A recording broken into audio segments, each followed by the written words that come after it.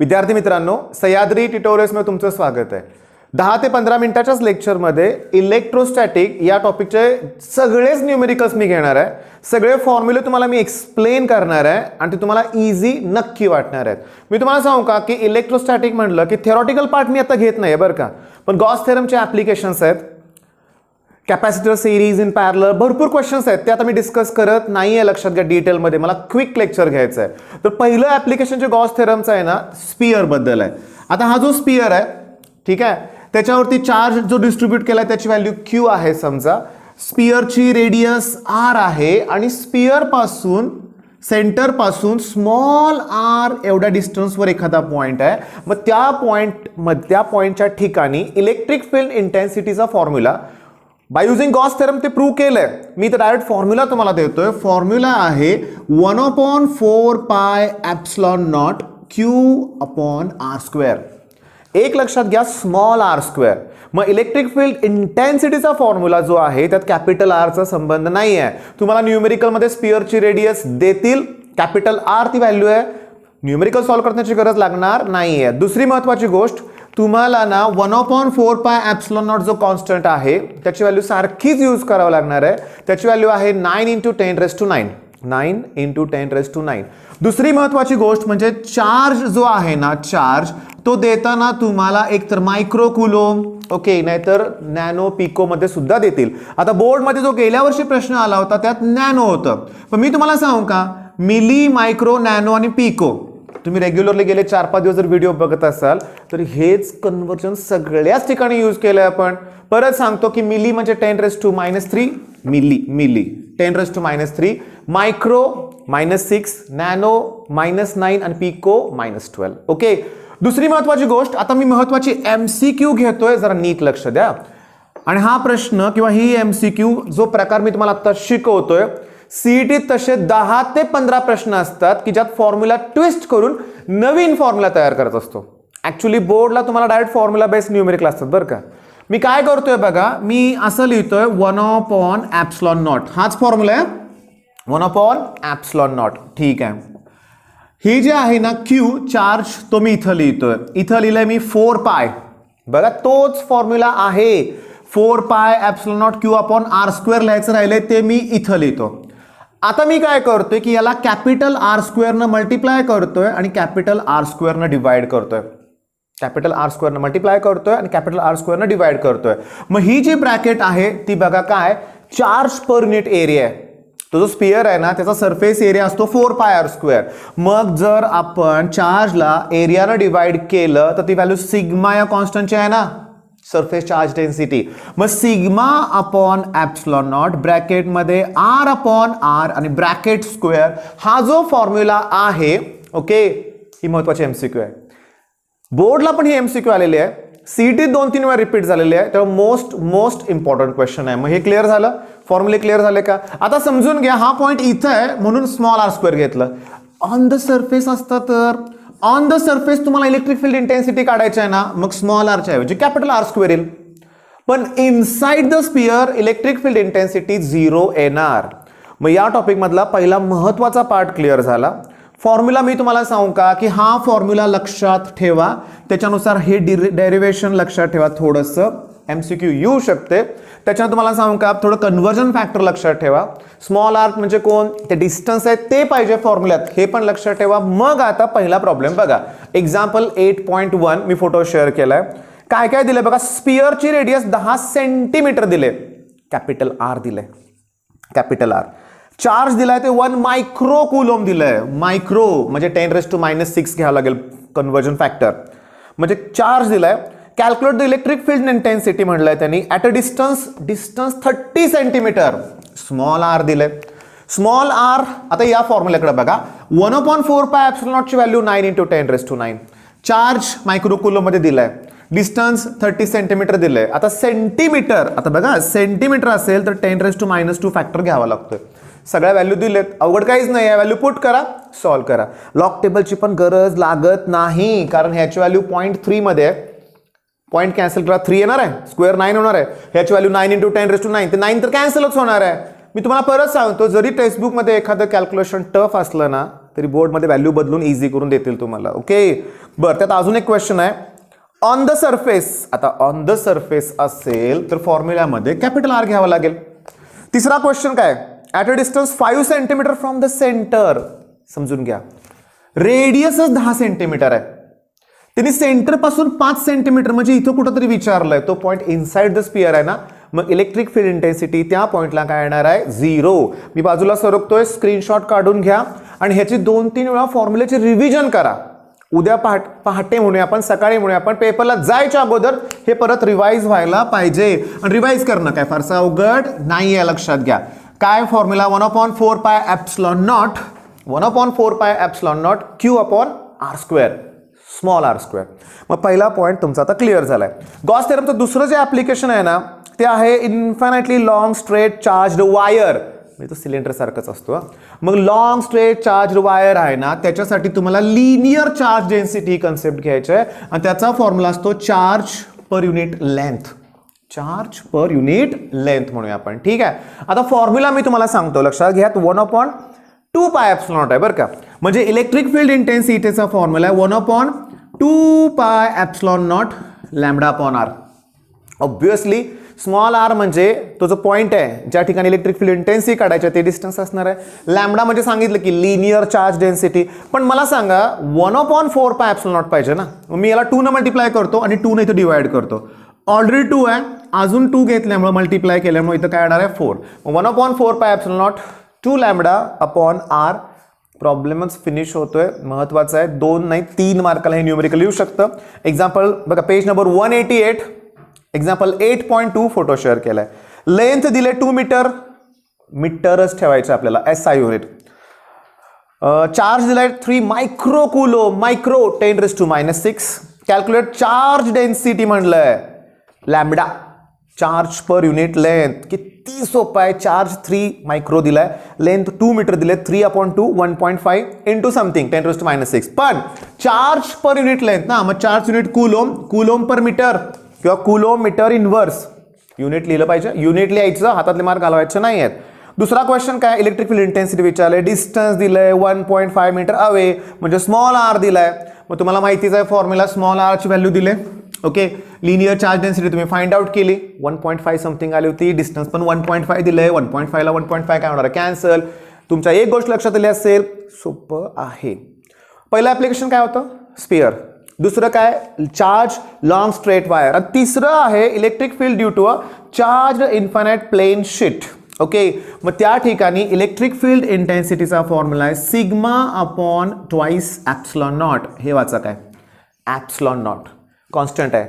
एक लक्षात घ्या, न्यूमेरिकलमध्ये कॉन्स्टंटची व्हॅल्यू दिली नसेल ना एक्झाममध्ये, पेपरचं पहिलं पेज हुडकायचं, त्याच्यात कॉन्स्टंटच्या व्हॅल्यू दिलेल्या असतात. ओके, आणि मी परत एक गोष्ट मध्येच डिक्लेअर काय करतोय बघा, की MCQ सॉल्व्ह करण्याचे काय रूल्स आहेत ते फॉलो करा. ते MCQ तुम्ही कट करून परत एकदा ऑप्शन ए लिहिलाय, ते खोडून बी लिहिलाय, पुन्हा सी लिहिलाय, असं चालत नाही. त्यामुळे MCQ सॉल्व्ह करताना व्यवस्थित आणि असे छोटे छोटे रूल्स समजून घ्या बरं का भावानो. कारण तुम्ही MCQ सोडवलं, नंतर कळालं की ते चुकीचं आहे, दुसरं आहे, मग ते घोटाळा होऊ शकतो. पण ते जाऊ दे, आता इकडे बघा. हा कॉन्स्टंट आहे, त्याची व्हॅल्यू फिक्स आहे 8.85 इंटू 10⁻⁻12. आता प्रॉब्लेम बघा, चार्ज पर युनिट एरिया म्हणजे सिग्मा दिलेला आहे 3 मायक्रो कुलो. मग लक्षात आलंय, मायक्रो 10⁻⁻6 फॅक्टर घ्यावाच लागणार, लक्षात घ्या. म्हणजे सिग्माची व्हॅल्यू दिले, सिग्मा दिली की संपलंच की. मग सिग्माची व्हॅल्यू दिली की इलेक्ट्रिक फील्ड इंटेन्सिटीचा हाच फॉर्म्युला बघायचा आहे ना. मग फॉर्म्युला तोच वापरलाय त्यांनी. कॅल्क्युलेशन थोडंसं टफ वाटेल तुम्हाला, कारण एप्सिलॉन नॉटची व्हॅल्यू 8.85.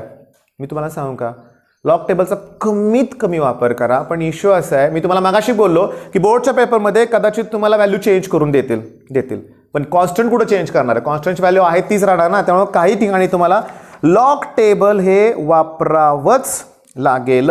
आता मी तुम्हाला सांगतो, 10th स्टँडर्डला ना तुम्हाला इलेक्ट्रिक करंटचा एक फॉर्म्युला होता, charge per unit time. Charge per unit time. तसं इलेक्ट्रिक फील्ड पोटेन्शियलचा पण एक फॉर्म्युला होता, लक्षात घ्या. Okay, work done per unit charge, joule पर कुलोम हे त्याचं युनिट होतं. मग त्यानुसार जर वर्क डन काढायचं असेल तर चार्जला पोटेन्शियलला मल्टिप्लाय करा ना. फॉर्म्युला एकदम सिंपल आहे. ओके, मग क्वेश्चन नंबर 8.4 बघा, पेज नंबर 190 वरती आहे.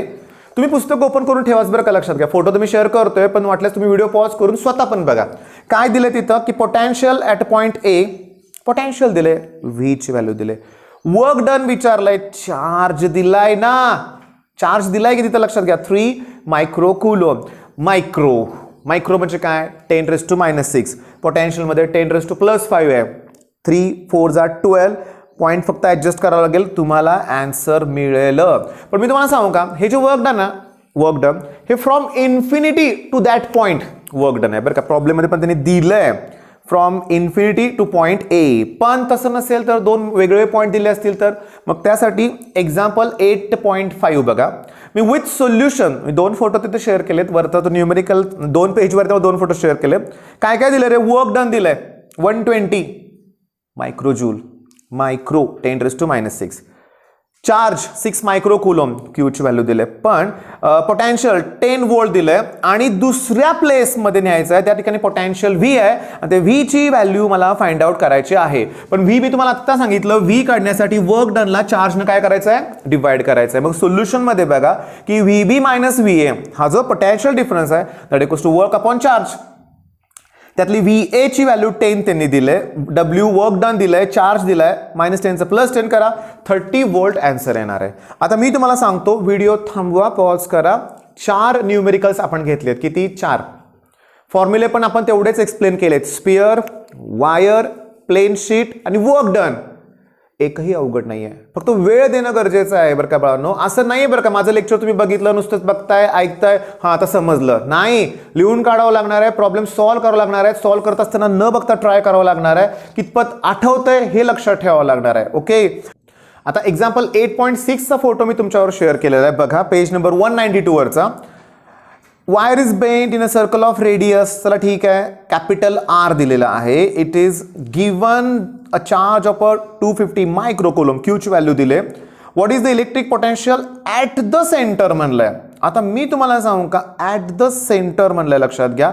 इलेक्ट्रिक फील्ड पोटेन्शियल विचारलंय, स्पियर नाही आहे, स्पियरच्या इनसाइड इंटेन्सिटी 0 असते. पोटेन्शियलचा फॉर्म्युला आहे जो तुम्हाला वापरायचा आहे, तो आहे 1/4πε0 Q अपॉन आर.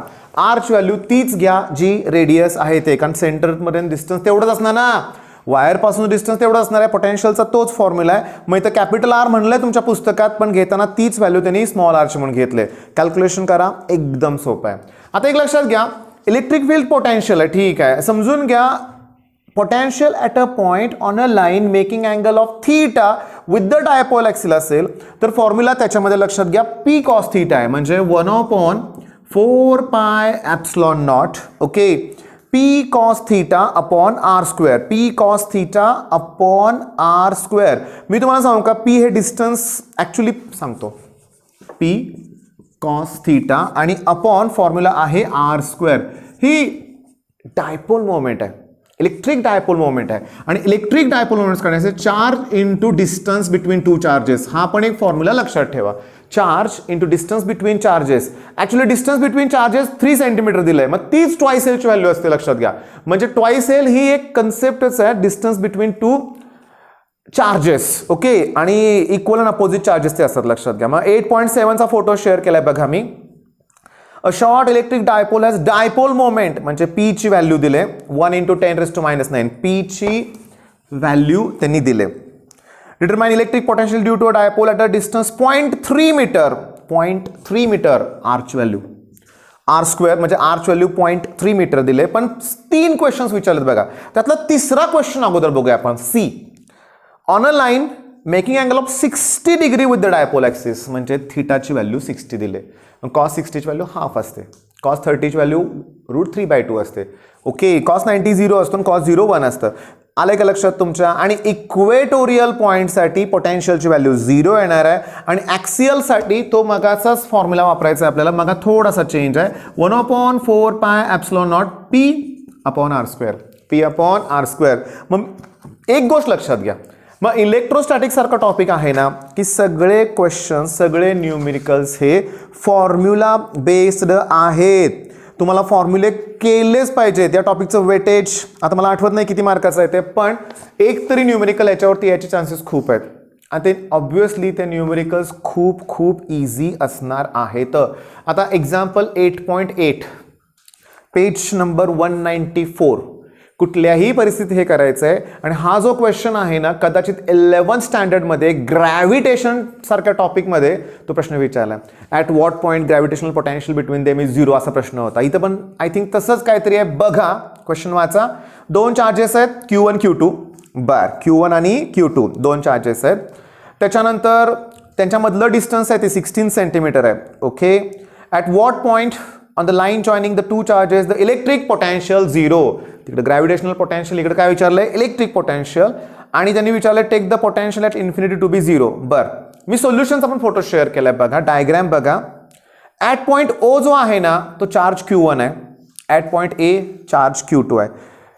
P हा असा पॉईंट कन्सिडर करूया फ्रॉम O x एवढ्या डिस्टन्सवरती कन्सिडर करूया की त्या ठिकाणी इलेक्ट्रिक पोटेन्शियल 0 आहे. कन्सिडर करूया, लेट कन्सिडर करूया. मग मला सांगा टोटल डिस्टन्स 16 आहे. P लेफ्ट कडून x आहे, मग इकडून 16 - x येणार. डायग्राम आहे तेच दिले. पण 16 - x च्या ऐवजी त्यांनी 0.16 - x लिहिलंय. हे काय माहिती आहे का, मीटरमध्ये त्याला कन्वर्ट केलंय. 16 सेंटीमीटर आहे ना, 100 ने डिवाइड करून त्याला मीटरमध्ये त्यांनी कन्वर्ट केलंय. आता माझं ऐका, नीट लक्ष द्या. फोटो मी पूर्ण मोठा शेअर केलाय. सगळ्यात महत्त्वाचं त्यांनी काय केलंय की जे पोटॅन्शियलचं जे फॉर्म्युले आहेत ना त्याची ॲडिशन त्यांनी 0 दिले. फॉर्म्युलेमध्ये सगळ्यात लास्टच्या स्टेपमध्ये बघा. मग 1/4πε0 Q1 अपॉन x इकडं प्लस 1/4πε0 Q2 अपॉन 0.16 - x याची व्हॅल्यू ॲडिशन 0 येणार आहे. पण न्यूमेरिकलमध्ये सॉल्व्ह करताना त्यांनी ते 1/4πε0 कॉमन काढलंय. ऑब्व्हियसली राईट साईडला 0 आहे. तुम्ही जेव्हा 1/4πε0 कॉमन काढताय क्रॉस मल्टिप्लिकेशन केल्यावर ती टर्म 0 होऊन जाणार आहे. 0ला कशाने मल्टिप्लाय केल्यानंतर त्यांनी ते घेतलेलं 9.9 × 10⁻⁻�9 नाही ते घ्यायची पण काही गरज नव्हती. जी आतली ब्रॅकेट आहे ना स्क्वेअर ब्रॅकेटच्या आतली व्हॅल्यू तेवढीच शिल्लक राहणार आहे. तुम्ही कॉमन काढलेलं कॅन्सल करून टाका ना, कशाला त्याची व्हॅल्यू तर पुट करताय. मग त्यानंतर हे सॉल्व्ह केलं कुणाची व्हॅल्यू मिळेल x ची आणि ते तुमचा आन्सर आहे. मी तुम्हाला सांगू का, तुमच्या लक्षात आलंय ना बाळांनो की हाच तो फॉर्म्युला त्यांनी यूज केलाय बरं का. म्हणजे Q1 अपॉन x घेतलंय, पण जर Q2 म्हणल्यावर 0.16 - x घेतलंय आणि दोघांची ॲडिशन काय येणार आहे सांगा 0. 1/4πε0 त्यांनी कॉमन काढलंय आणि सॉल्व्ह केलंय. ह्याला व्हेरी इम्पॉर्टंट म्हणा, या प्रॉब्लेमला व्हेरी इम्पॉर्टंट म्हणा. हाच प्रॉब्लेम आहे तसा येऊ शकतो. ओके. नेक्स्ट जो क्वेश्चन नंबर आहे पेज नंबर 196 काढा. ओके. त्याला व्हेरी इम्पॉर्टंट म्हणा. पुस्तक असेल तर त्याच्या बाजूला तिथं लिहा पेज प्रश्नाच्या बाजूला सप्टेंबर 2021. गेल्या वर्षी हाच प्रॉब्लेम जसाच्या तसा बोर्डच्या एक्झाममध्ये आलाय. काय दिले त्यांनी बघा. 2 चार्जेस दिलेत. NC लिहिलंय नॅनो कुलोम. नॅनो 10⁻⁻9 हा फॅक्टर येणार. -2 नॅनो कुलोम 10⁻�9 हा फॅक्टर येणार. आणि त्यांनी काय केलंय बघा, दोघे एक्स ॲक्सिसवरती पॉईंट आहेत बघा. हे कशावरून कळालं, कारण वाय आणि झेड कॉर्डिनेट 0 आहे. 2 सेंटीमीटर नंतर 0 आणि 0 दिलंय. वाय आणि झेड कॉर्डिनेट 0 आहे म्हणजे तो एक्स ॲक्सिसवरती आहे. दुसरा पॉईंट तो आहे पण एक्स ॲक्सिसवरती आहे. याचा अर्थ त्यांच्यामधलं डिस्टन्स आहे 18 सेंटीमीटर येणार. 20 - 2 बघा ना. आता हा आपण 2 ॲक्सिस फक्त काढूया, झेड ॲक्सिस राहू दे. हा पॉईंट इथं आहे 4 सेंटीमीटर अंतर. हा पॉईंट इथं आहे 16 सेंटीमीटर अंतर. दोघांचा डिस्टन्स 12 सेंटीमीटर ना. तीच कन्सेप्ट इथं पण वापरायची. आता फळ्याकडे बघा, फॉर्म्युला न्यूमेरिकलकडे बघा. Q1 दिलंय 5 नॅनो कुलम. Q2 दिलंय आरची व्हॅल्यू 18 येणार आहे. आणि इथं विचारलंय इलेक्ट्रोस्टॅटिक पोटेन्शियल एनर्जी. मग इलेक्ट्रोस्टॅटिक पोटेन्शियल एनर्जीचा फॉर्म्युला खूप सोपा आहे. U हे नोटेशन आहे पण 1/4πε0 आहेच. Q1 Q2 आणि upon R. Q1 Q2 upon R. Negative value येतं कारण Q2 निगेटिव्ह आहे ना. मग याची व्हॅल्यू तर फिक्स आहे 9 × 10⁻⁹. R हे डिस्टन्स 18 सेंटीमीटर. 10⁻⁻2 फॅक्टर घ्या. हे 9 आहे इथं 18 आहे. 9 2 18. 2 न डिवाइड करायचं आहे. एक तर 2 आहे. किती सोपं आहे. आणि हा प्रॉब्लेम बोर्डला गेल्या वर्षी 3 मार्काला आला होता. फक्त काय जमला काय नाही मुलांना, फॉर्म्युला येत नाही. मग इलेक्ट्रोस्टॅटिक पोटेन्शियल एनर्जीचा फॉर्म्युला आहे 1/4πε0 Q1 Q2 अपॉन R. आता एक लक्षात घ्या, काय माहिती का, समजून घेण्याचा प्रयत्न करा की समजा इथं ना 2 चार्जेस आहेत. 3 असते तर मग 1 2 3 असते तर 4 असते तर गोष्ट वेगळी आहे ना. मग तुम्हाला सांगतो या 2 पॉईंटमधली पोटेन्शियल एनर्जी काढावी लागेल, ह्याच्यातली काढावी लागेल, ह्या दोघांसाठी काढावं लागेल. त्यावेळेस दोघांच्या डिस्टन्स तेच ते घ्यावं लागेल. बरोबर आहे. हे Q1 Q2 समजा एक काम करूया चला Q1 Q2 आणि Q3 मग इथली पहिली पोटेन्शियल एनर्जी काढताना इलेक्ट्रोस्टॅटिक पोटेन्शियल एनर्जी तर Q1 Q2 अपॉन R येणार आरच्या ऐवजी चला आपण R1 म्हणूया इथं काढताना Q2 Q3 upon R2 Q1 Q3 कळालं का त्याच्यानुसार आणि शेवटी त्यांची करायची ॲडिशन शेवटी काय करायचं त्यांचे ॲडिशन आता हेच त्यांनी पुढच्या 8.11 मध्ये केलंय बघा खूप सोपं वाटणार आहे खूप आहे बघा पेज नंबर 197 वरचं 8.11 बघा calculate the electrostatic potential energy of the system of the charges shown in the figure इतकी छोटी डायग्राम आहे तुम्ही तुमच्या इथं दिसत नसेल तर पुस्तकात बघा स्क्वेअर आहे आय थिंक प्रत्येक ठिकाणी प्लस क्यू नाही आहे वरती प्लस क्यू आणि खाली मायनस क्यू आहे ओके मग होणार काय मी तुम्हाला क्लिअरली सांगू का जेव्हा या दोघांमधली एनर्जी काढायचे काय इश्यू नाही आहे बरं का समजून घ्या 1 2 3 4 5 6 मला कळायला वाटलं होतं बघा 1 2 3 4 पण या दोघांमधली पण येणार आणि या दोघांमधली पण येणार आता समजून घ्या पहिल्या 4 व्हॅल्यूमध्ये काय इश्यू नाही आहे कारण हे डिस्टन्स आर आर आर असणार आहे पण हे पायथागोरस वापरून हे काढावं लागेल √2r येणार आहे काय येणार आहे √2r मग 6 वेळा इलेक्ट्रोस्टॅटिक पोटेन्शियल एनर्जीचा फॉर्म्युला वापरावा लागेल आणि तो फॉर्म्युला वापरताना ही टर्म प्रत्येकात असणार आहे ती पुन्हा कॉमन काढावी लागेल अवघड वाटतंय बिलकुल नाही आहे अवघड बिलकुल नाही आहे तुम्ही सोल्युशन तुम्ही पुस्तकात बघा 4 वेळा तर डिस्टन्स त्याचं r येणार आहे आणि 2 वेळा √2 × r येणार आहे किंवा r√2 लिहिलंय पुस्तकात हे √2 कुठं आलं कळालं का पायथागोरस वापरलंय चार्ज मधलं डिस्टन्स घ्यायचं ना आपल्याला त्यामुळे मला आता इलेक्ट्रोस्टॅटिक पोटेन्शियल एनर्जी काहीही अवघड वाटत नाहीये 1/4πε0 Q1 Q2 अपॉन r².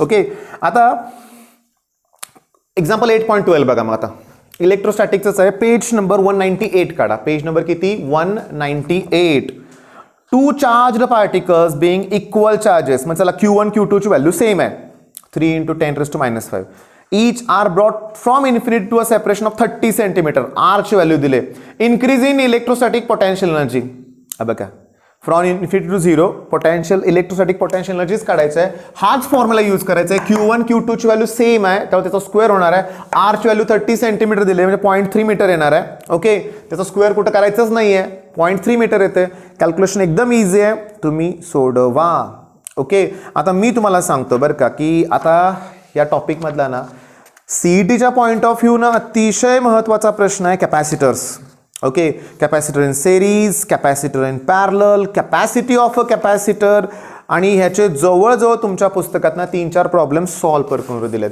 आता मी थोडक्यात ना थोडंसं मोठं लेक्चर झालंय तुम्ही एवढं बघताय तुमचं धन्यवादच म्हणलं पाहिजे पण हे फॉर्म्युले बाळांनो पुन्हा एकदा लिहून काढा अर्धा ते 1 तास वेळ फक्त द्यावा लागेल या इलेक्ट्रोस्टॅटिकच्या न्यूमेरिकल्सला मग काय परीक्षेत 3 मार्क फिक्स झाले आता जो कॅपॅसिटर आहे ना त्याचा कॅपॅसिटन्सचा फॉर्म्युला आहे A∈0K/d आता हे पॅरलल प्लेट कॅपॅसिटर आहे ह्या दोघांमधल्या डिस्टन्सला मी D म्हणणार आहे A म्हणजे ऑब्व्हियसली एरिया येणार ॲप्सिलॉन हा कॉन्स्टंट आहे के जो असतो तो डाय इलेक्ट्रिक कॉन्स्टंट असतो के हा कोण आहे डाय इलेक्ट्रिक कॉन्स्टंट आणि सी म्हणजे कॅपॅसिटन्स हे लक्षात घ्या त्याचं युनिट फॅरेड आहे आता चार्जचा फॉर्म्युला असतो Q = CV Q = काय सांगा CV आता एक्झाम्पल 8.15 पेज नंबर 205 वर बघा 10⁸ इलेक्ट्रॉन्स आहेत transfer from one conductor to another बर ठीक आहे a potential difference of 10 volt potential difference of 10 volt त्यांनी दिलाय ओके आणि विचारलंय फाइंड द कॅपॅसिटन्स म्हणजे सी विचारलंय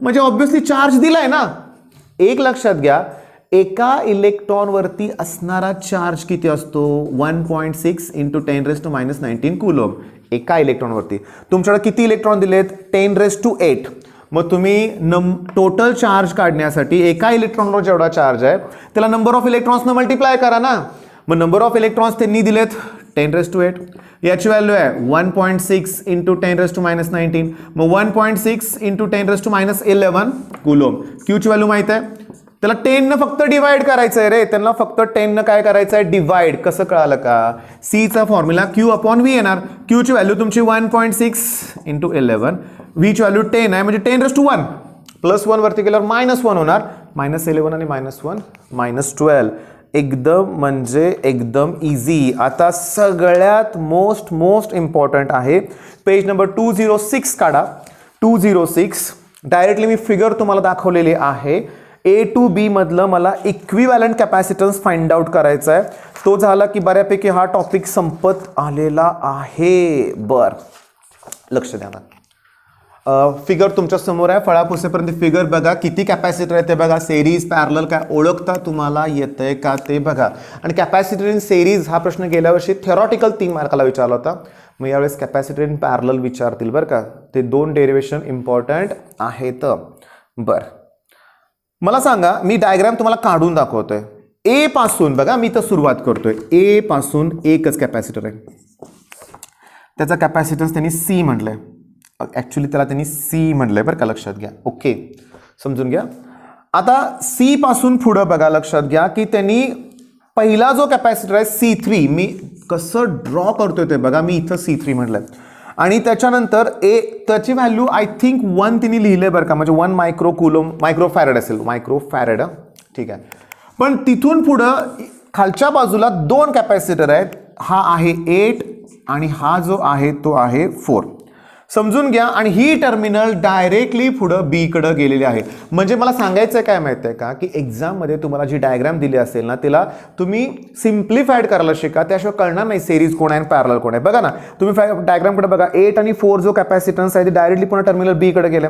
आता C3 कडे बघा, त्याच्यापासून पुन्हा 2 कॅपॅसिटर बाहेर पडलेत. ओके, 2 असे. डायग्राम मी चेंज करतोय आणि ते जे दोघं मिळून आहेत ना, ते पुन्हा बी कडे गेलेत. आता ही डायग्राम सिम्प्लिफाय झाली, लक्षात घ्या. ह्याची व्हॅल्यू 4 आहे, याची व्हॅल्यू 4 आहे. आता मी मात्र तोंडी सोडवून देणार आहे. लक्ष द्या की तुम्हाला लिहावं लागेल बरं का. नावं देतोय मी त्यांची. त्याला आपण C4 म्हणूया, आपण C5. सिम्प्लिफाईड ही डायग्राम काढली की तुम्ही एक्झाममध्ये लिहायचं, as showed in the figure C4 and C5 are connected in parallel arrangement. आणि कॅपॅसिटरमध्ये पॅरलल अरेंजमेंट असेल तर ॲडिशन करायची असते. तर या दोघांचा इक्विव्हॅलंट कॅपॅसिटन्स 8 येणार. मायक्रोफॅरेड काय असेल ते 4 + 4 8. आता ह्या दोघांसाठी एकच कॅपॅसिटर आला 8. इथं C3. हे दोघं सिरीजमध्ये येणार ना, तसे हे दोघं पण सिरीजमध्ये आहेत ना. मग ह्या दोघांसाठी दुसरं कॅल्क्युलेशन. सिरीजमध्ये असेल ना तर 1/C1 = 1/CS = 1/C1 + 1/C2 असं 1/, फॉर्म्युला असतो. मग ह्यासाठी तसाच 1/चा फॉर्म्युला इथं वापरावा लागेल. म्हणजे ह्या तिघांच्या ऐवजी एक कॅपॅसिटर येईल, ह्या दोघांच्या ऐवजी एक येईल. पण ते दोघं शेवटी पुन्हा पॅरललमध्ये येणार. पॅरललमध्ये पुन्हा त्याची ॲडिशन होणार. म्हणजे या सगळ्या कॅपॅसिटरच्या ऐवजी एक फायनल कॅपॅसिटर मिळणार. आणि तो कॅपॅसिटर आणि हा कॅपॅसिटर कसे आहेत, सिरीजमध्ये. मग पुन्हा 1/, लेंदी आहे, किचकट आहे. तुम्हाला वाटेल राहू दे, पण बाळांनो तसं करू नका. एक्झाम सोडवून दिलेला प्रॉब्लेम आहे बघा. आणि मला आता हा व्हिडिओ थांबवायचा आहे. थांबवायच्या अगोदर मी तुम्हाला सांगतो, मगाचा जो फॉर्म्युला मी तुम्हाला दिला होता C = A∈0K/D, हा फॉर्म्युला इम्पॉर्टंट आहे. पण त्याच्यापेक्षाही महत्त्वाचं जे आहे ना, शेवटचं न्यूमेरिकल घ्यायचं आहे मला. Energy stored in the capacitor. Energy घ्यायचं नाही, तोंडी सांगणार आहे मी. Energy stored in the capacitor करायचंच आहे. फॉर्म्युला आहे ½ CV². ½ CV². पण क्यूचा फॉर्म्युला काय असतो, CV. म्हणजे मी असं करू शकतो का बघा, ½ CV × V, ईचा फॉर्म्युला. मग CV म्हणजेच क्यू ना, म्हणजे Q × V पण मी फॉर्म्युला वापरू शकतो. ओके, आता समजून घ्या, V ची व्हॅल्यू मी Q/C जर इथं पुट केली तर ते Q²/C² येईल. त्यातला हा C कॅन्सल होईल. म्हणजे एक लक्षात घ्या, ही मोस्ट इम्पॉर्टंट कन्सेप्ट आहे. CET याच्यावर 10-12 वेळा प्रॉब्लेम आलेत, लक्षात घ्या. Energy stored in the capacitor. आणि तुम्ही जर AC सर्किट किंवा EMI मध्ये बघा, LC ऑसिलेशन कुठल्या टॉपिकमध्ये, energy stored in the inductor ½ Li², आणि energy stored in the capacitor ½ CV². हे 2 फॉर्म्युले तिथं कम्पेअर करावे लागतात. ओके, LC ऑसिलेशनमध्ये. आणि इझिली प्रॉब्लेम सॉल्व्ह होतोय. तर मी तुम्हाला आता सजेस्ट काय करतोय, 15-20 मिनिटं तुमची मी घेतलेत. आता लक्षात घ्या, माझी रिक्वेस्ट आहे की न्यूमेरिकल्स पुढचा अर्धा-पाऊण तास करा. या टॉपिकमधले फॉर्म्युले परत लिहून काढा. कुठं आहे स्पिअरचं सांगा मला, 1/4πε0 Q/r². लॉंग चार्ज वायरचं सांगा, 1/2πε0 λ/r. ठीक आहे. Q/2ε0 प्लेन शीटसाठी आहे. Vचा फॉर्म्युला 1/4πε0 Q/r. ठीक आहे. इलेक्ट्रोस्टॅटिक पोटेन्शियलचा 1/4πε0 Q1 Q2/r. पण ते R चार्जेसनुसार बदलणार आहे. 3-4 चार्जेस दिलेत ना, सगळ्यांचं इलेक्ट्रोस्टॅटिक पोटेन्शियल करायची ॲडिशन. सेपरेट काढायची नाही, एकदमच करायची नाही, ॲडिशन करायची. काहीच अवघड नाही आहे, काहीच अवघड नाही, लक्षात घ्या. आणि ते P Q × 2L ते डायपोल मोमेंट. त्यामुळे बिलकुल अवघड नाही आहे, फक्त डेरिव्हेशन्स पण बाळांनो करावे लागतील. होईल, अजून दिवसभर वेळ आहे तुमच्याकडं. आणि अजून अशी मुलं आहेत ना ज्यांचा काहीच अभ्यास झाला नाही, असे काय असतील ना मुलं, तर त्यांच्यासाठी दुपारी एक व्हिडिओ देतोय मी, निदान त्यातल्या गोष्टी तर करायच्या. ऑल द बेस्ट, धन्यवाद.